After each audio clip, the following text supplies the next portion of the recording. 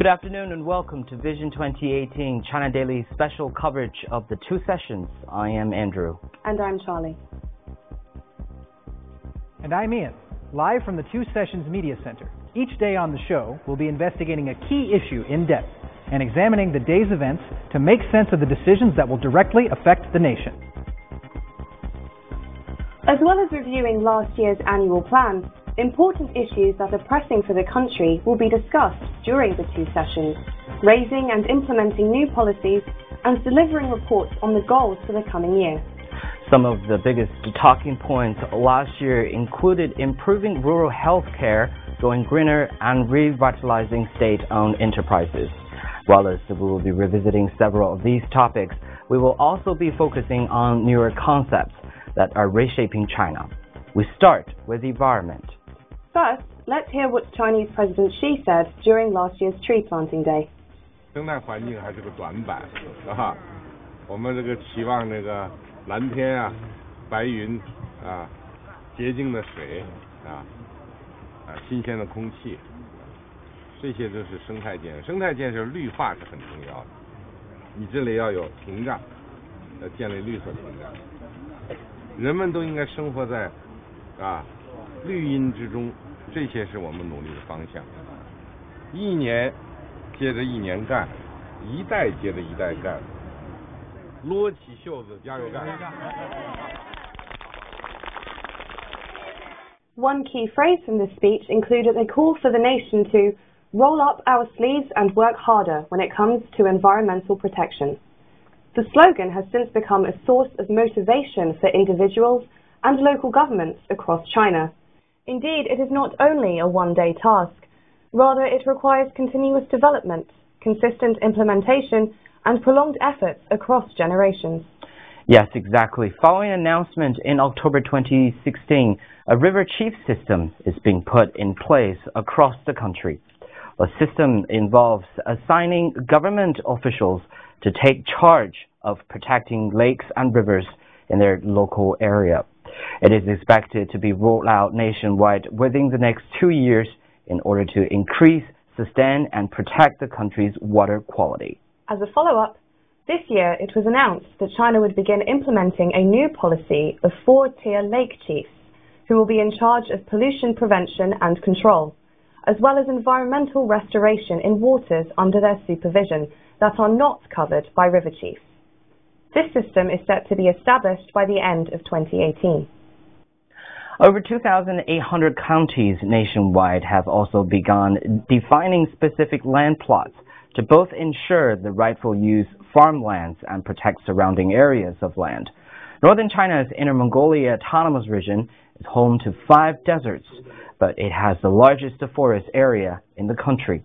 Check out how local people have managed to fight against desertification over the past years. North China's Inner Mongolia Autonomous Region is home to 5 deserts, but it also has a forest area of nearly 248,700 square kilometers, the largest in China. The forest coverage rate has increased from 14.8% in 1998 to 21.5% now, thanks to continuous efforts to battle desertification. The straw checkerboard technique has been widely used to control sand. The checkerboards have remarkable wind-resistant properties. The method helps to keep dunes in place, allowing topsoil to form. Plants are then grown. The area of desertified land has shrunk by an annual average of 853.3 square kilometers over the past 15 years. Another ministry target is increasing the number of days in the year with an air quality index of 100 or less in 338 major cities by 2020. The goal is for 80% of all days to hit that figure. Our correspondent Ian Goodrum is live for us now at the Two Sessions Media Center. Ian, what more can you tell us about China's efforts regarding air quality? Sure. In 2017, the average concentration of PM 2.5 in 338 cities in China was reduced by 6.5% from 2016. In particular, Beijing experienced a record winter, with air so clean it was placed 9th in the top 10 Chinese cities with the best air quality. Central government inspections were also launched in an effort to ensure nationwide compliance with environmental protection laws. Integrating clean energy sources with fossil fuels and effectively investing in hydro, wind, and solar power were prioritized. In this regard, China has already made great achievements, accounting for over 40% of the global renewable capacity growth since 2011. In his Work of the Government report delivered at last year's two sessions, Premier Li also pledged that the government would, quote, see that basically all higher emission vehicles are scrapped, carry out dedicated initiatives to deal with high emission vehicles, and encourage the use of clean energy cars. So it appears China continues to walk the path toward a greener tomorrow, and it'll be interesting to hear more here at the Two Sessions Media Center. Thank you, Ian. Now, last month, the Ministry of Environment Protection also announced the approval of a 286 million yuan construction plan for a platform that monitors the environmental dangers and detects possible damage to the environment in order to protect important natural areas, set to be completed by 2020. Our correspondent Charlie recently visited a similar platform in Qinghai Province. The Monitoring Center of Qinghai Provincial Environmental Protection Bureau has also adopted several methods for real-time monitoring of the area. I've come to the Monitoring Center, where Ding Lingming, a staff member who once introduced the center's work to President Xi Jinping, will take me to look around the center. So, can you briefly introduce your kind of day-to-day activities here and what sort of experience you have at the center? 日常的工作呢，就是利用这个生态环境监测网络的这个远程视频系统，来观测重点河流、重点生态系统和重点生物的一个物种多样性的一个分布情况，然后用相应的软件分析来对我们的监测评价呢做一个数据支撑。The ecological window system set up by the Bureau is capable of remote, high-definition video monitoring of the wildlife in Sanjiang Yuan, up to 800 kilometers away. 那么在这里呢，我们就可以看到这个藏羚羊迁徙过这个五道梁北大桥下面的一个情况。当时呢，我们是为习总书记展示了这个大概有300多只藏羚羊母子群返回的一个视频画面。他对这个青海省的这个生态环境保护工作呢是极其重视的，当时也问到了雪豹的一些物种分布的情况。Improving and maintaining the conditions of Sanjiang Yuan require great care. Its varied ecological systems, from prairies to wetlands, forests to desertified land, have attracted a wide range of rare species.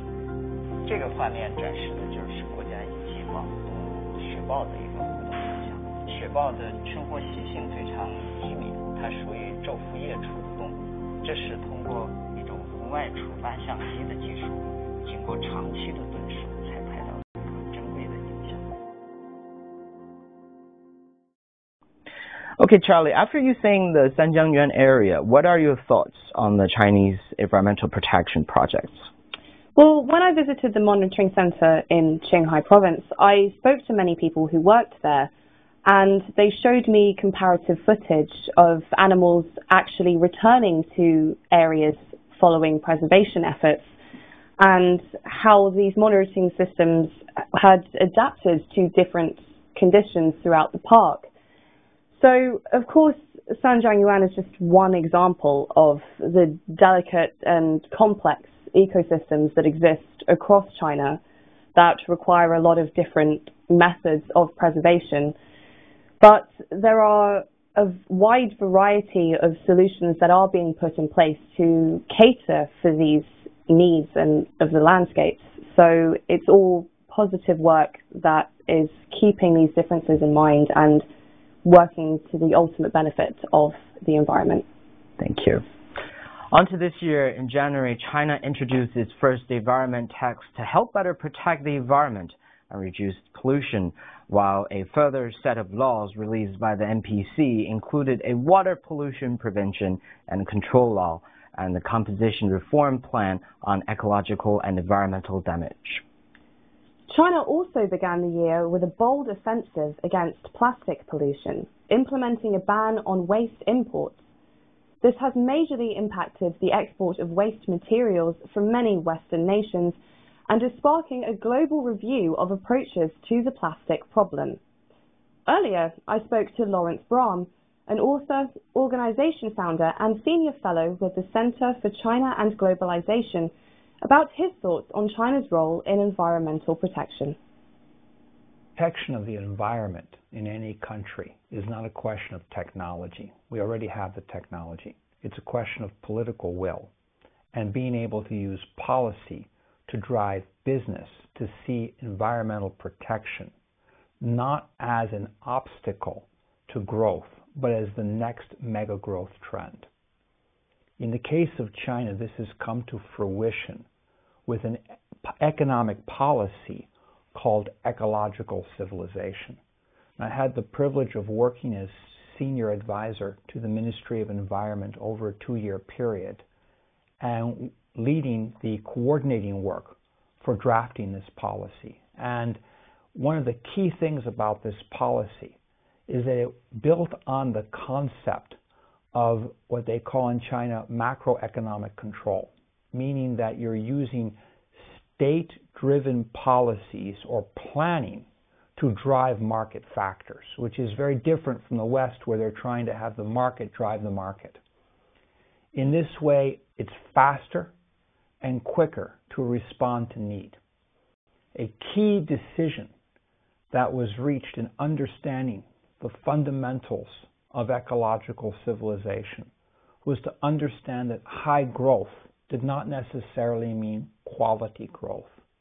So you might have double-digit growth, but the cost of repairing that growth is the environment, which ultimately leads to issues of water, food, and health security, all of which are costs that come back to the government and in turn go back to business because it comes back to taxes.